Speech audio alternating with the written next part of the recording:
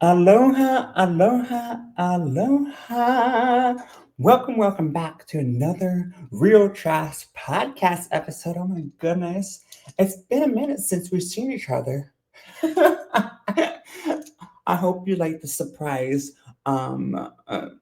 podcast episode this week on Monday. Surprise. I hope it was a surprise to you. So welcome to the Real Trash podcast. We have a lot to talk about today.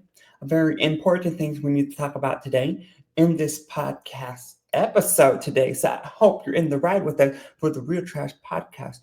And welcome to the new subscribers that have never been and listened to the Real Trash podcast. Welcome to the Real Trash podcast listeners, a new one. Woohoo! Welcome. And yes, welcome to the Real Trash podcast, where we talk about trashy subjects from Disney news.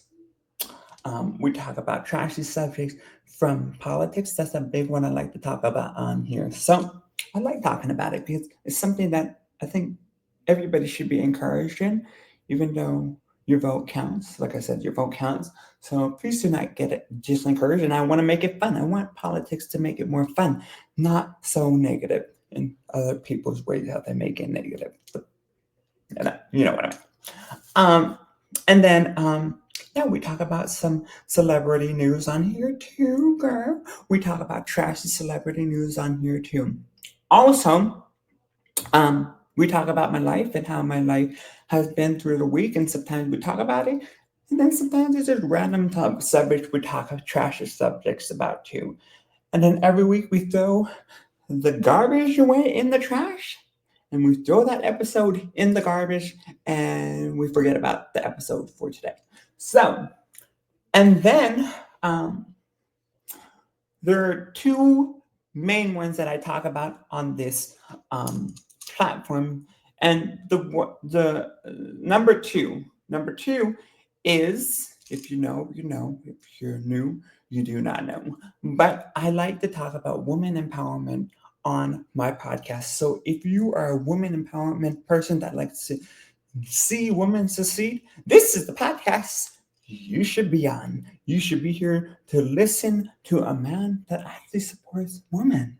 Isn't that surprising? And seeing them succeed in major roles like CEOs, the president one day. And so I would not stop talking until we get a president of the United States that's a woman. So welcome. If you are into that, welcome. You are into the right podcast. And the Real Track podcast, we welcome everybody into we are a diverse community. We welcome everybody to this podcast, and gay, straight, bisexual, transgender, whatever you are, you do you, boo. Whatever relation you are, you do be. Whatever you believe in, you do you, boo. Okay? Also, the number one topic I talk about on this podcast, and can you tell me, old followers, what the podcast number one podcast subject we talk about on this podcast? Yes, the first topic we talk about always on this podcast is the number one thing I like to talk about. Is my main goal, so people can understand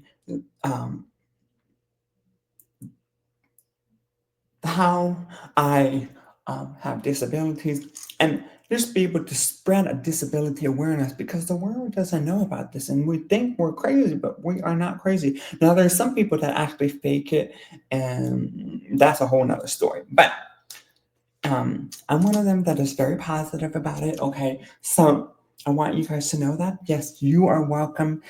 I'm a positive person about my disabilities, and I would love to have more guests that have disabilities that are positive about what they have in their lives, and try not to talk about trash about themselves because they have disabilities, or there's just so many negative disabled people that are so negative in the world. And I think we need to turn that around so we can have a better perspective of us because, we're treated like dirt. I would tell you that for sure. I am treated like dirt from the workforce to school. It just goes on, the list goes on. But yes, that's the one I would talk about. And welcome. I haven't introduced myself yet. So, yes, I'm going to introduce myself now. Hi, aloha. If you did not know, I'm from Hawaii. Now you know. I'm from Honolulu, Hawaii. I was born in 1998. April 14, 1998. My birthday is coming up, and my mom had a C-section with me. And I came out, and I was diagnosed with hard of hearing. And hard of hearing is a hearing problem where people like me, I can't hear certain noises, certain speaking, certain things. So I have to use hearing aids, and that is an accommodation for my ears. So I can hear like everybody else. So I can hear other things that I can't hear right now without hearing. Also, deaf people have them too. And they have cochlear implants. So they put a metal in their head and then they can stick it on there and so they can hear a little bit, just like everybody else. And some people don't like to choose to use it, but I want to explain that's what I have. And one more thing, I am on the autistic spectrum. That one's just kind of varied, but that was in 2014. I was diagnosed later on in that. So I am more on the high frequency level. I thank you. I make it to the high frequency. So if you know what this is. So I'm more autistically, I guess. But yeah, I'm very high leveled, high frequency out there. Okay, yeah. Okay. So yes. So you are here for a treat today. And yeah, I have learning disabilities too. So I may have to learn a little differently in the classroom, in the testing area, and I might need more accommodations in either one of those. And that's a big problem with accommodations is that you don't get a school and other places that work and just it goes on, like I said. So yes, welcome to the Real Trash Podcast. And now we're gonna get into some juicy things today. And so, I've been watching some Netflix shows and I've been watching them lately, documentaries. But I want to get into some critical ones right now, very important ones. And these are ones that I've been watching. The first one I want to talk about is Gabby Petito, and it was a story. And so we're going to talk about it because it's very important for women and men, and especially women.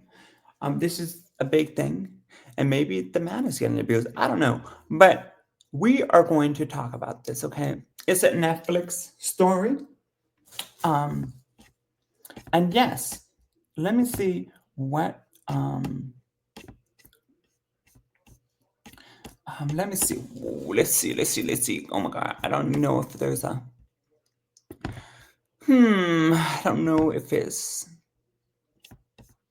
Let me see if there's any.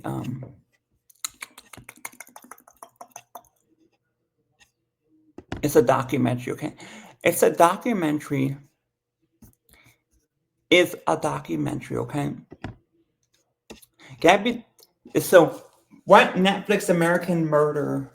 Gabby Petito. Yes, she got murdered. Reveals about the final days of her life. It was supposed to be the adventure of a lifetime for 22-year-old Gabby, chronicling glamorous lives on the road. The pair bought a van in 2021 to travel across America, keen to explore the nation's vast natural wonder. For 4 months, Peteo and Landry were going to stay in a number of America national parks while she started a long blog and a God, can you get this off? Sorry. I'm sorry. I don't want to see his face. The nation natural wonders. For 4 months, Pateo and Landry were going to stay in a number of America's national parks while she started a blog and a YouTube account to catalog their trip. But the dream holiday ended in tragedy, following at least one domestic dispute between her and Landry, which was contradicted by her glowing social media presence. Petito disappeared in 2021 and would never return home.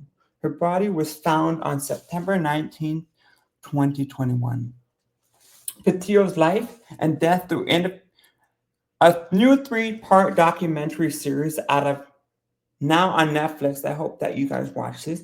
Tells the story of Petito's life and death through interviewing with her friends and family, and traces how the search for her sparked nationwide interest. Here's what to know about American Murders Gabby Petito. How Gabby Petito and Brian Laundrie became part of van life. Petito and Laundrie became friends after they met at Bayport Blue Point High School in Bayport, New York. After graduating in 2017, the pair began dating in 2019, and Petito moved to North Point, Florida, to live with Laundrie's family. Living there was an uncomfortable experience for Petito. Her friend Rose Davis says in the series, she struggled to get along with Brian's family, especially his mother, Roberta. The discomfort was compounded by Laundrie's increasingly controlling behavior. In one instant, he stole Petito's wallet and ID, and so she couldn't go with Davis, as alleged in American Murder, which shows Petito and Laundrie's text messages.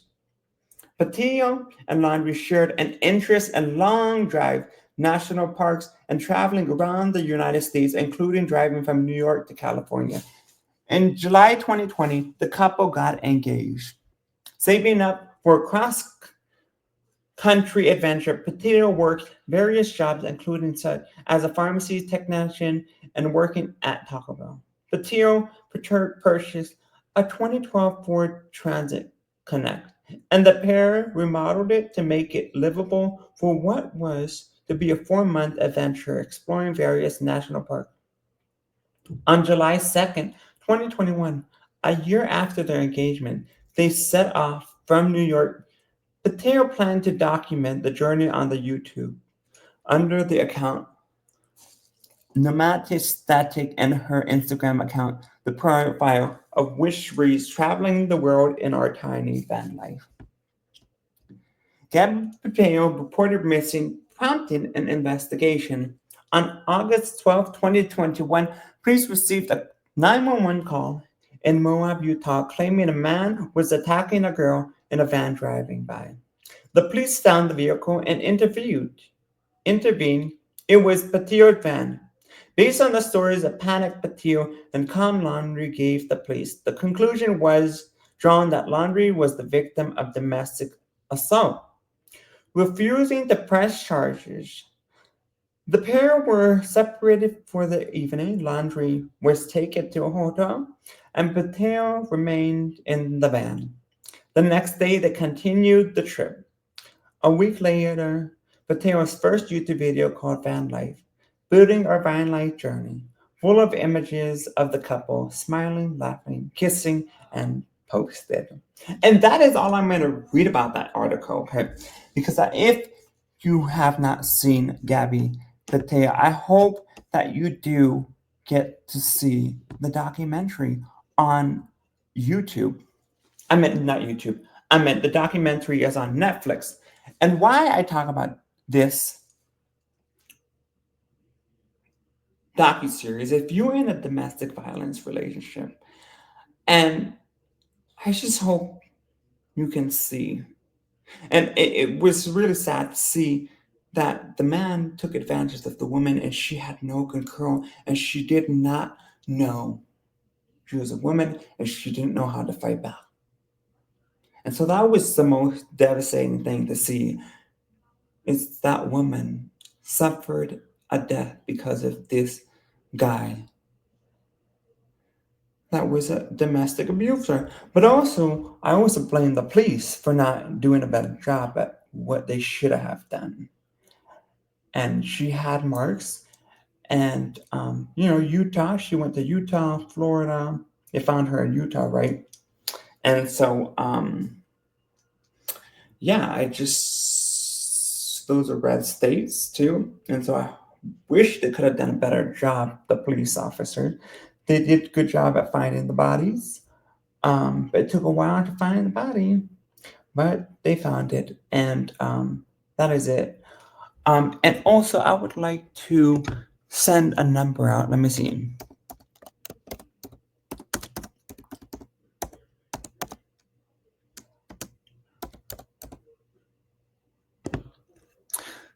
So, if you ever need help, and help is always available, and I hope if you're in a domestic violence situation, I hope that this will help you out. And I do not want people to be in this situation, especially women that get taken advantage from men. And this is what I support.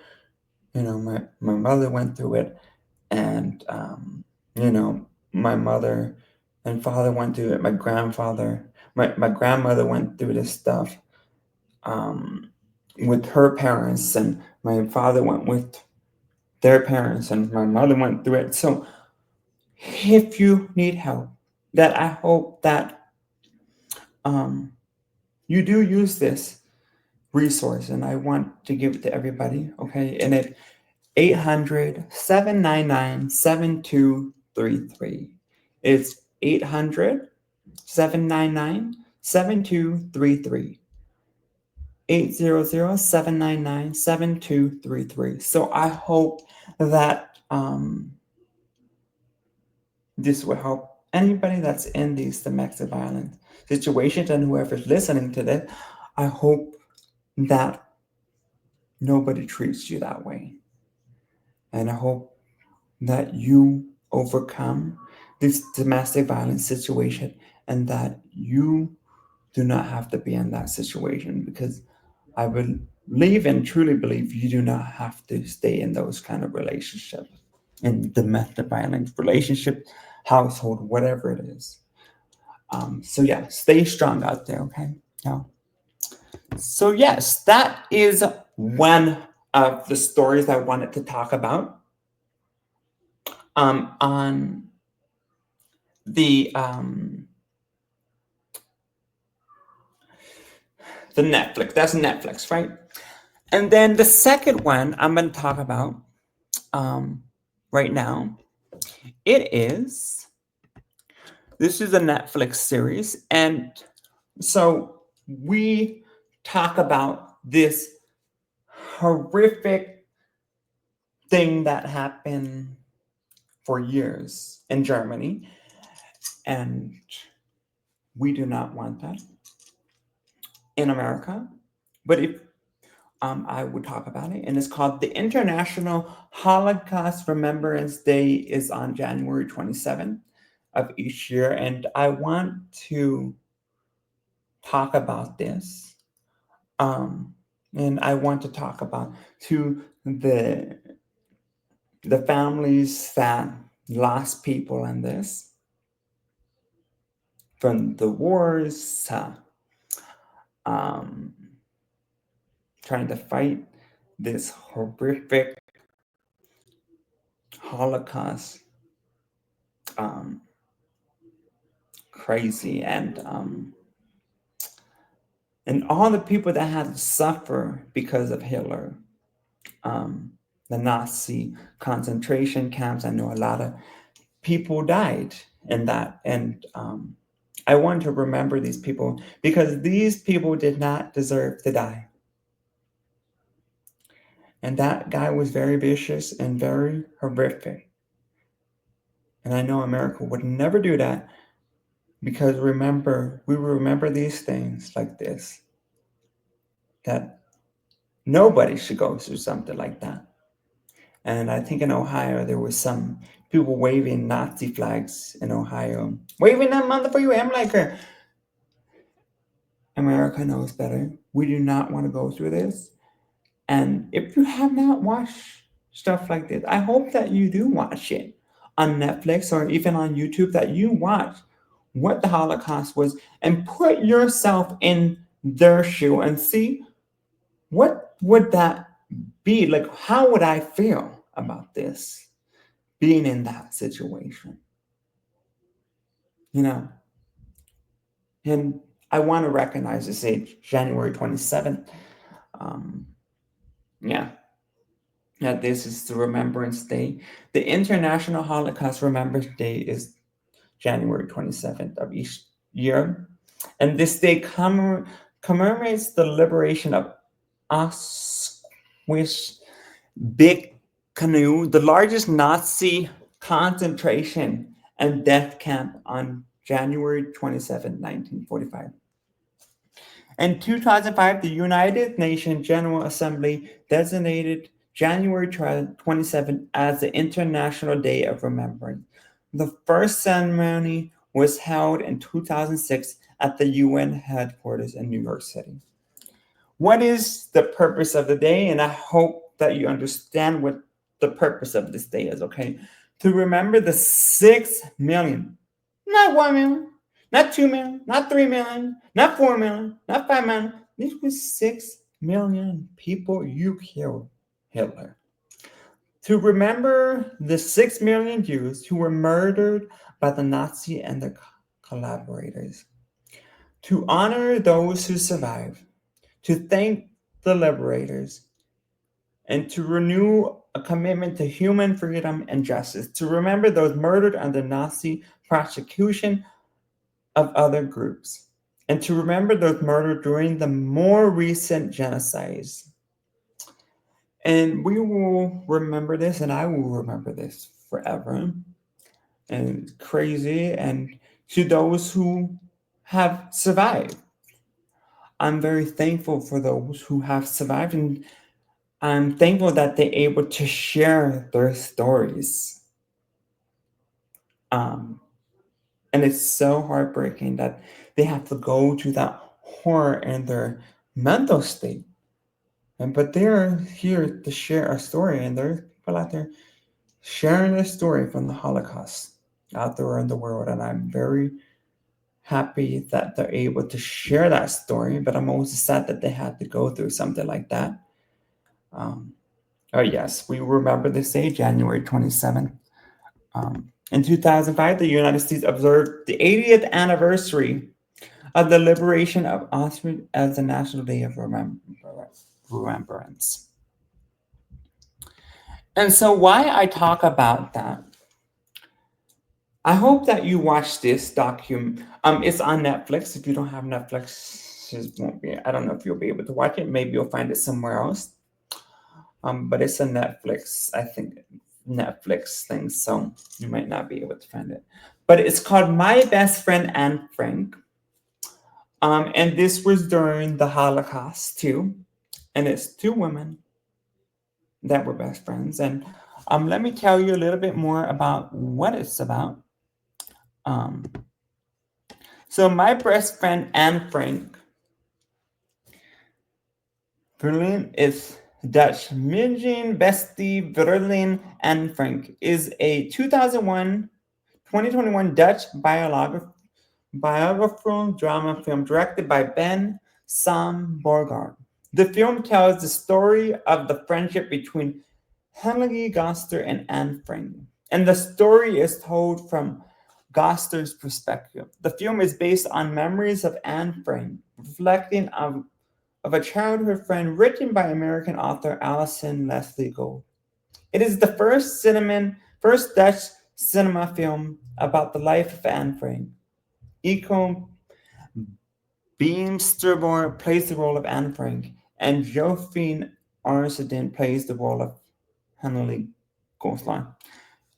The film won the Gold Film Award in 2021 after having sold 100,000 tickets.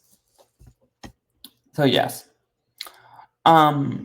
this was a film, and it's true story about a friendship and how Hitler took advantage of these people, and they had a friendship together. And this is another woman empowerment story that These women were strong at the Holocaust, and I hope that you watch it because they had a special friendship together. And that's all I'm gonna say about it. But woman, if you watch that, the women, I feel like, man, this is just crazy. Why would such a human Hitler would do something like this? I just can't believe it. But yes, it's called My Best Friend Anne Frank, and um, if you have that friend, you would do anything for that friend, no matter what's happening, and especially in the Holocaust. You know. So yeah, this is why I remember the Holocaust, and I'm still watching more things, just to get a more picture of why would Hitler do something like this, because it's just so crazy and just outrageous, and can't believe this happened. But that's a lot of Jews too that got killed. 6 million, right? 6 million. That's crazy. And that person really still didn't think. That's crazy to kill 6 million people. Hitler, like what? Like that's just crazy. So we're gonna throw that away, and let's get into another sub topic. We're gonna get into some. This is a good topic. Okay, this is a good topic. I hope um, that we put the Holocaust, but do not forget about the Holocaust thing. But remember that, just put it to the side, but do not forget about it. But yes, let's go into another subject now. It is Black History Month. It is February. It goes through February to March 1st, February 1st to March 1st. And so happy Black History Month, and this is a celebration for all the African American Black community for what they have done to the American culture, um, and what they really represent as strong heroes and just role models and best friends, um, and the list goes on, right? And yeah, so we're going to talk about some people that I really think that it's great for American history and into the African American community. Um, and yeah, so we're going to talk about some. And so I'm a freaky geek with aviation, as you tell. I love airplanes. I was in the aviation world for a little bit. But the first one is Bessie Coleman. And Elizabeth Coleman, you might have heard about her in another topic, another podcast, but I'm going to recognize them again because these are people that were strong and African American Black community. This is a staple of the African American community and how strong it is, and why we should recognize this day and this month for them. Elizabeth Coleman, January 26, 1892, April 30th to 1926, was an early American civil aviator. She was the first African American woman and the first Native American to hold a pilot license. Wow, Native American, that's awesome. And is the earliest known Black person to earn an international pilot's license. She earned her license from the Federation Adequate internationally on January 15th, 1921. Born to a family of sharecroppers in Texas, Coleman worked in the cotton fields at a young age while also studying in a small segregated school. She attended one term of college at Langston University. Coleman developed an early interest in flying, but African Americans, Native Americans, and women had no flight training opportunities in the United States. So she saved and obtained sponsorship in Chicago to go to France for flight school. She then became a high-profile pilot in notoriously dangerous air shows in the United States. She was popularly known as Queen Bess and Bray Bessie, and hoped to start a school for African American flyers. Coleman died in a plane crash in 1926. Her pioneering role was an inspiration to early pilots and to the African and Native American community. So, not just an African American, but the Native American communities.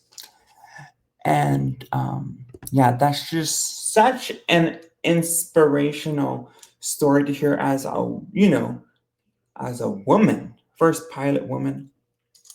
And like I said, I'm going to be talking about a lot of women more because I want that to be more known now.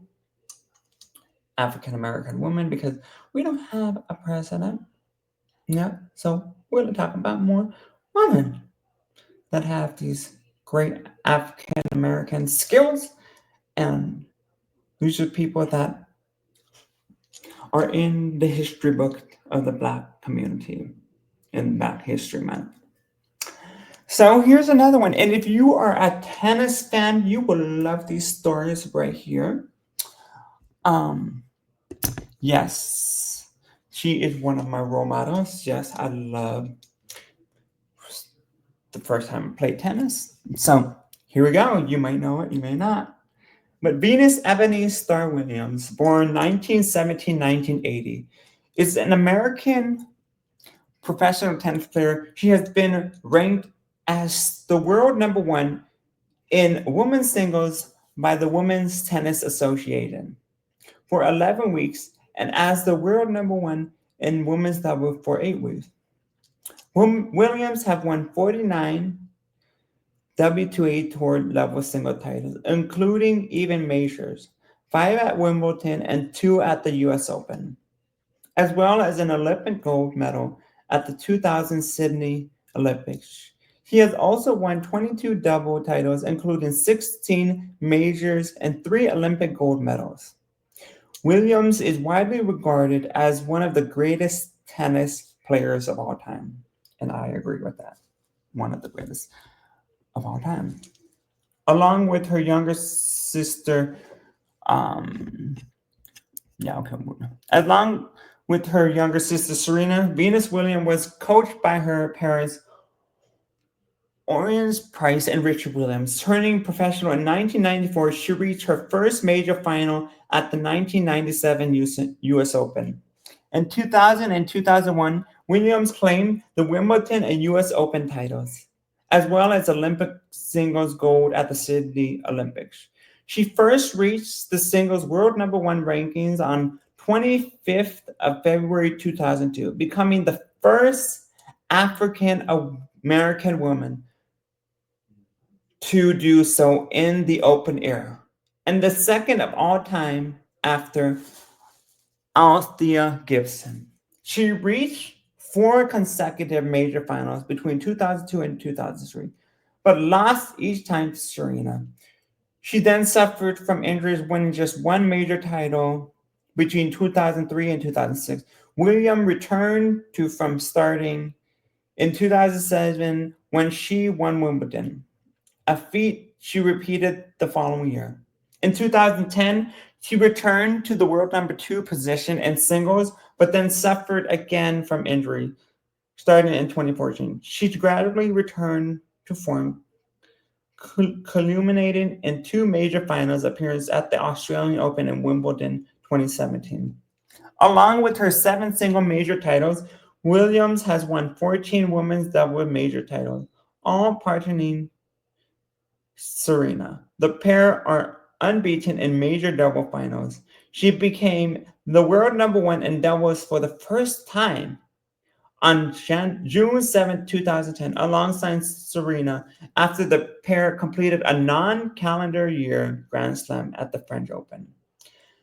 The pair also won 3 Olympic gold medals in women's doubles in 2002, 2008, and 2012, adding to Venus singles gold in 2000 and her mixed doubles silver in 2016. Williams has also won 2 mixed double major titles for a combined total of 23 major titles.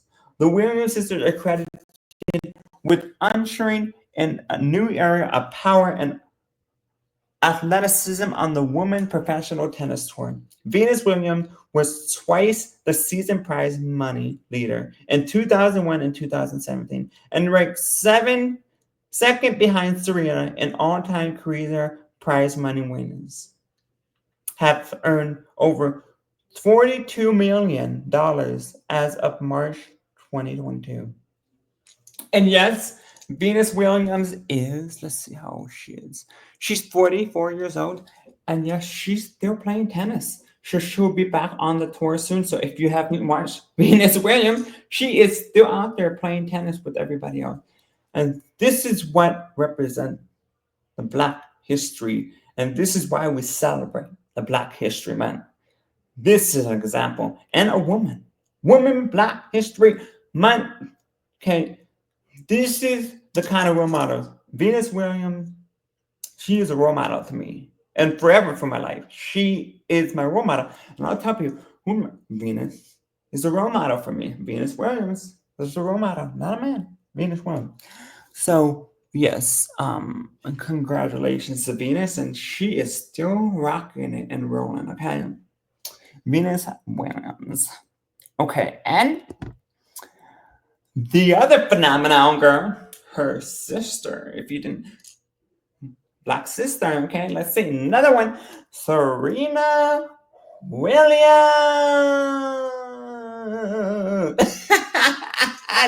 Yes, okay, Serena Williams, okay, and yes, we are going to talk about her girl. And Serena Williams talks about this. She said this is her sister, but also said she would not be Serena Williams without her sister Venus Williams. And that's called a power woman couple of sisters. Okay, Black in the tennis world, because not a lot of Black people played tennis back in the day when they played. It was just them. It was them and a lot of white people and a lot of rich white people, okay? They didn't come from a lot of money either. Here we go. So, Serena Shamika Williams, born September 26, 1981, is an American former professional tennis player, widely regarded as one of the greatest tennis players of all time. She was ranked as the world number one in women's singles by the Women's Tennis Association for 319 weeks. Third most of all time, and finished as the year-end number one 5 times. Williams won 73 WTA Tour level single titles, including 23 major women's single titles, the most in the Open era and the second most of all time. She is the only player to accomplish a career Golden Slam in both singles and doubles.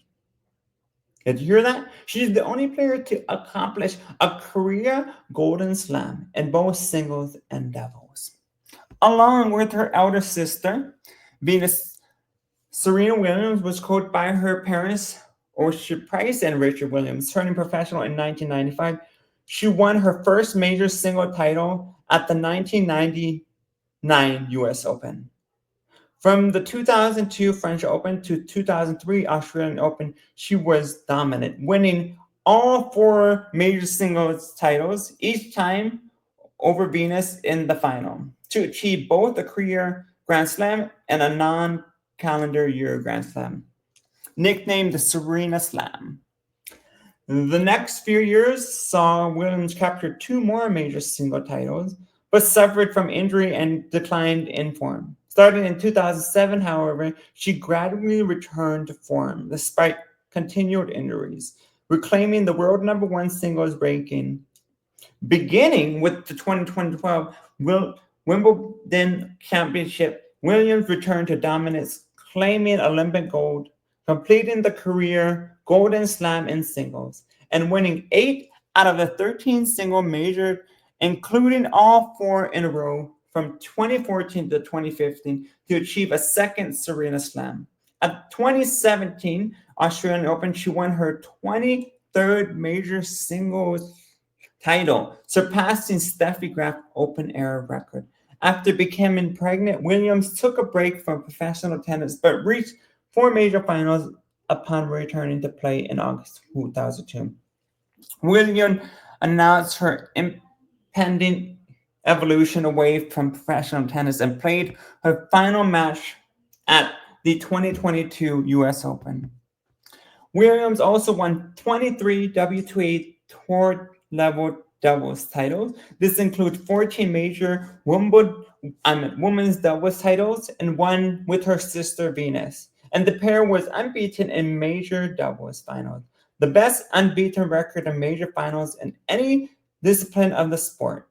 The sisters achieved a non-calendar year Grand Slam between the 2009 Wimbledon Championship and the 2010 French Open, which granted them the doubles world number one ranking.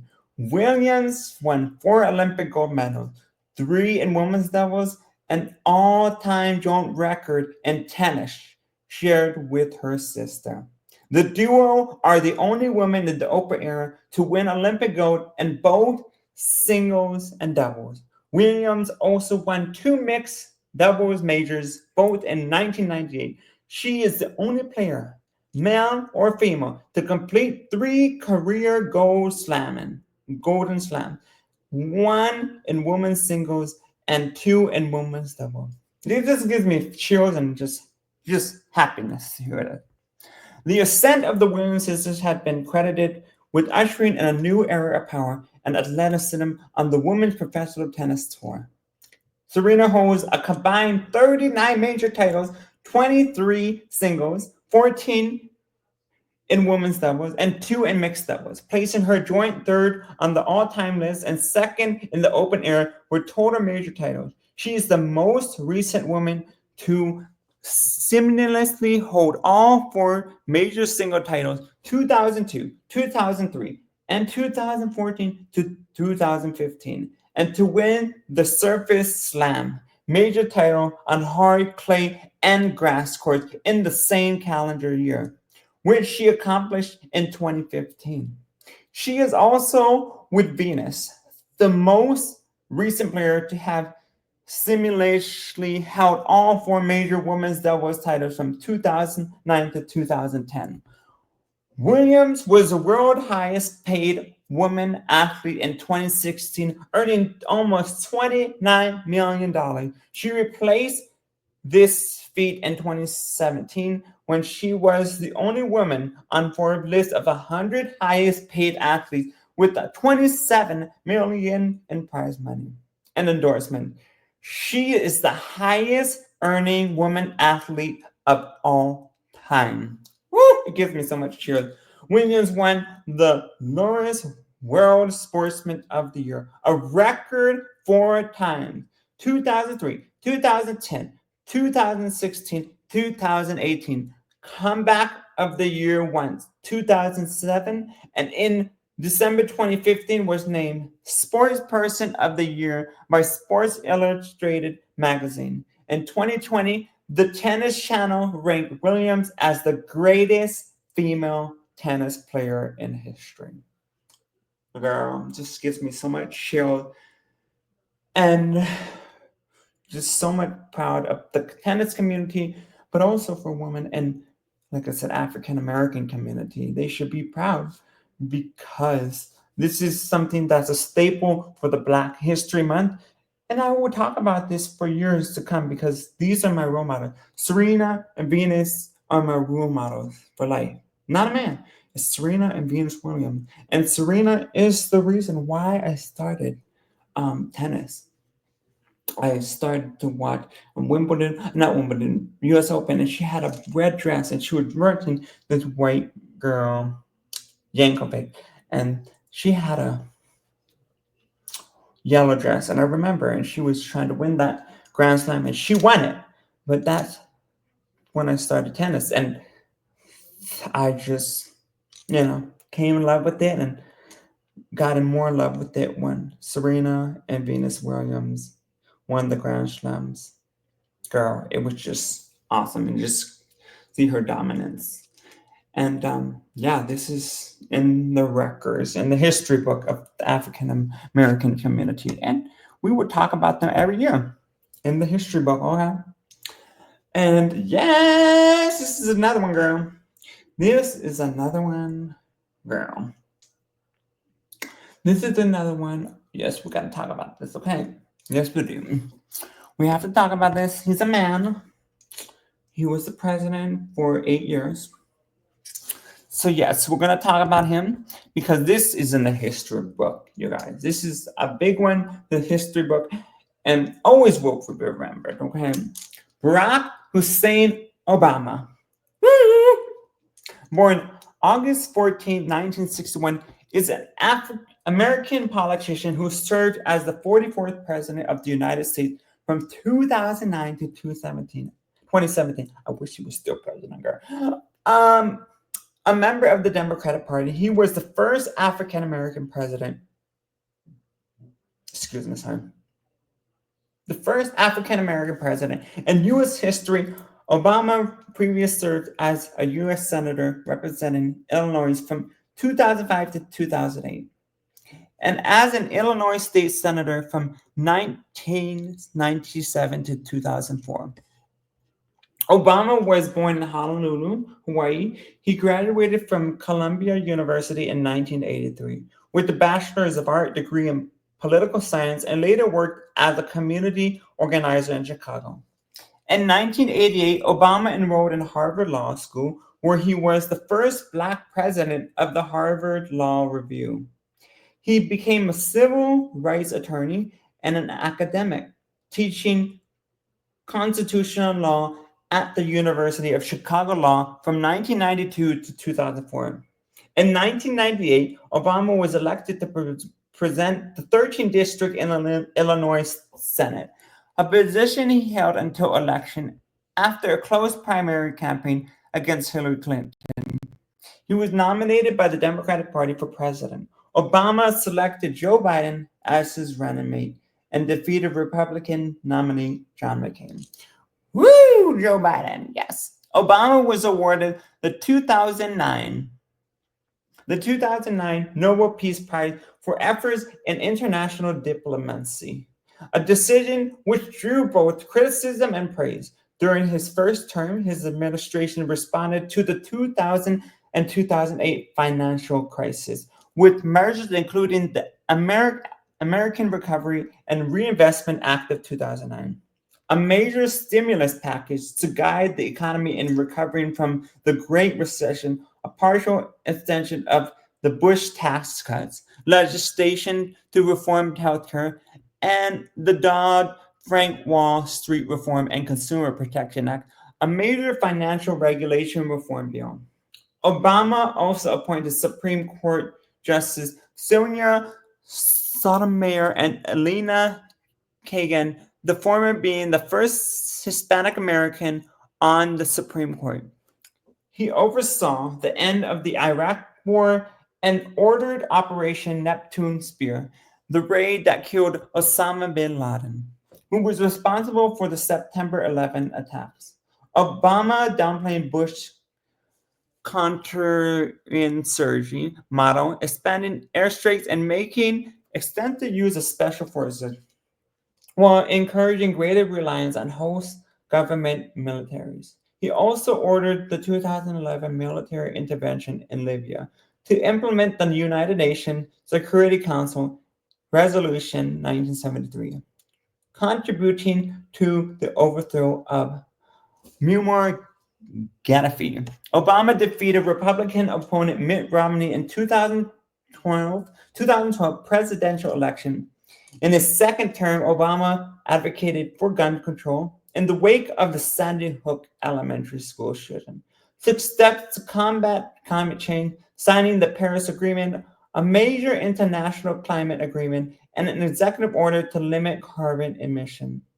Obama also presided over the implementation of the Affordable Care Act and other legislation passed in his first term. He initiated sanctions against Russia following the invasion in Ukraine and again after Russian interference in the 2016 US election. Ordered military intervention in Iraq in response to gains made by ISIL following the 2011 withdrawal from Iraq. Negotiated the Joint Comprehensive Plan of Action. a nuclear agreement with Iran, and normalizing relations with Cuba. The number of American soldiers in Afghanistan decreased during Obama's second term, though U.S. soldiers remained in the country throughout the remainder of his presidency. Obama promoted inclusion for LGBT Americans, becoming the first sitting U.S. president to publicly support same sex marriage. Obama left office in 2017 with high approval rating, both within the United States and among foreign adversaries. He continues to reside in the Washington, D.C. and remains politically active, campaigning for candidates in various American elections, including in the Biden successfully presidential bid in 2020. Woohoo! That was awesome. Us Outside of politics, Obama has published 3 books: Dream from My Father, The Audacity of Hope, and A Promised Land.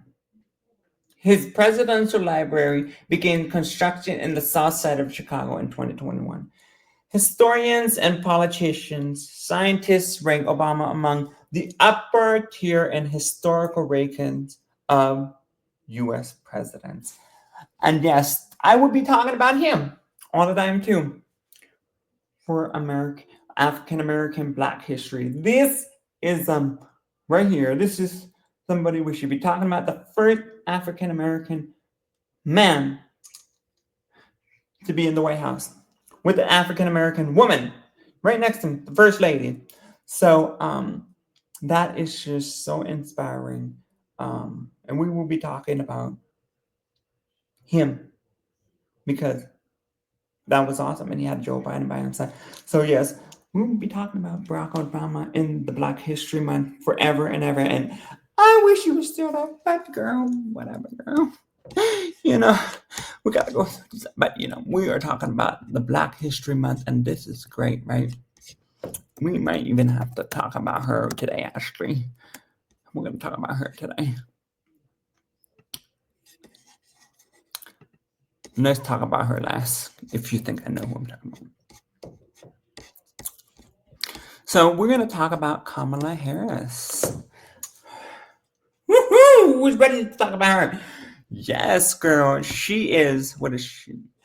Attorney and former Vice President of the United States, Kamala D.B. Harris.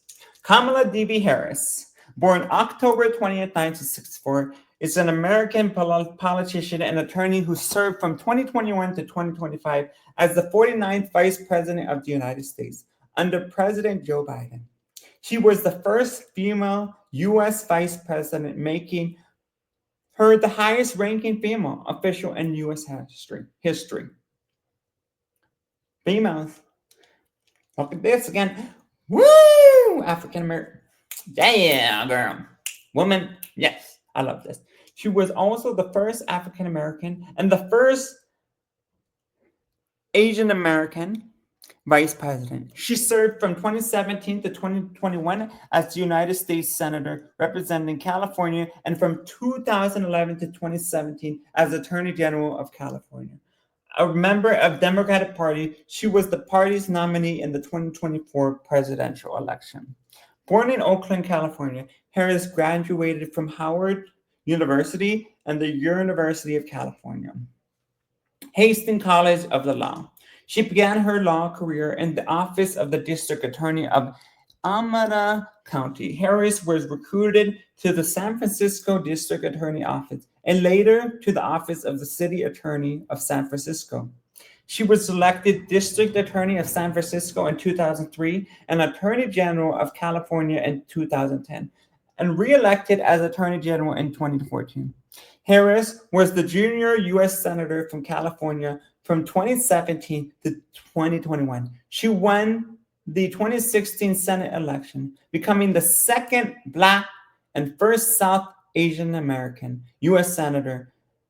As a senator, Harris advocated for stricter gun control laws, the DREAM Act, federal legalization of cannabis, and reforms to healthcare and taxation. She gained a national profile while asking pointed questions of officials in the first administration of presidential Donald Trump during the Senate hearings, including Trump's second U.S. Supreme Court nominee, Brett Kavanaugh. Harris sought the 2020 Democratic presidential nomination in 2019, but withdrew from the race before the primaries. Biden selected her as his running mate. Their ticket defeated the incumbent Republican president and vice president, Trump and Mike Pence. Woohoo! Thank God.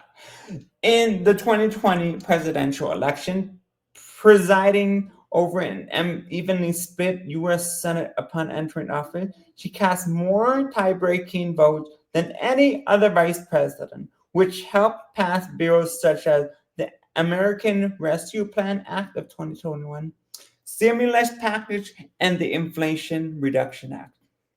In 2024, after Biden withdrew from the 2024 presidential election, Harris launched her presidential campaign with Biden's endorsement. She later became the nominee and selected Minnesota Governor Tim Walz as her running mate, but lost the election to Trump. Boo! Or whatever. But yes, this is another history book for the rest of our lives we will be talking about, and I will be talking about this for the rest of the life in the history of the movement of Black History Month, and this should be always in history, but also as a woman. Like I want people to woman, strong woman like this. Like the first female US vice president. First. Not like second. First, okay? So this is very, very awesome. Making her the highest ranking female official in US history. Like that is just amazing. Love to hear stories like this for women. It's just amazing. And now you may know about her. Her name is Ketanji Brown Jackson. Loved it. Thank you, Joe Biden, for doing this. Ketanji Onika Brown Jackson, born September 14, 1970, is an American lawyer and jurist who is an associate justice of the Supreme Court of the United States. Jackson was nominated to the Supreme Court by President Joe Biden on February 25, 2022, and confirmed by the U.S. Senate and sworn into office that same year. She is the first Black woman and the first former federal public defender to serve on the Supreme Court. Jackson was born in Washington, D.C., and raised in Miami, Florida. She received her undergraduate and legal education at Harvard University, where she served as an editor of the Harvard Law Review and clerk from Justice Stephen Byers, whose seat she later assumed on the Supreme Court from 2010 to 2014. Jackson was the vice chairwoman of the United States Sentencing Commission. In 2013, she was appointed by President Barack Obama to serve as a district judge for the United States District Court for the District of Columbia. President Joe Biden evaluated her to the United States Court of Appeals for the District of Columbia Circuit in 2021, where she served until 2022. Jackson served as a Harvard Board of Overseers members from 2016 to 2022. Alongside Justin Elaine Keegan and Sonia Sotomayor, Jackson is considered to be a member of the liberal wing of the Supreme Court.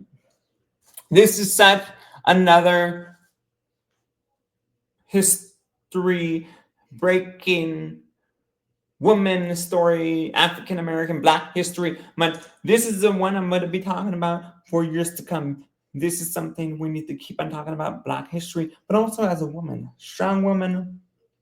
Like this is just, these stories are so inspiring, and I love hearing tales like this, and it's just amazing. And she's up there and she is doing her job. I tell you, she doing her work. Congratulations, Ketanji Brown Jackson. Congratulations. Woohoo! And then we talked about this person before, but it's Black History Month, so we're going to talk about her again so people recognize her. Shirley Anita Chisholm, November 30th, 1924, January 1st to 2005, was an American politician who in 1968 became the first Black woman to be elected to the United States Congress.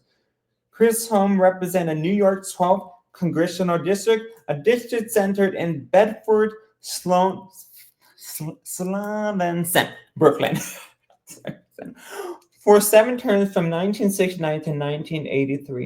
In 1972, she became the first Black candidate for a major party nomination for President of the United States, and the first woman to run for the Democratic Party's presidential nomination.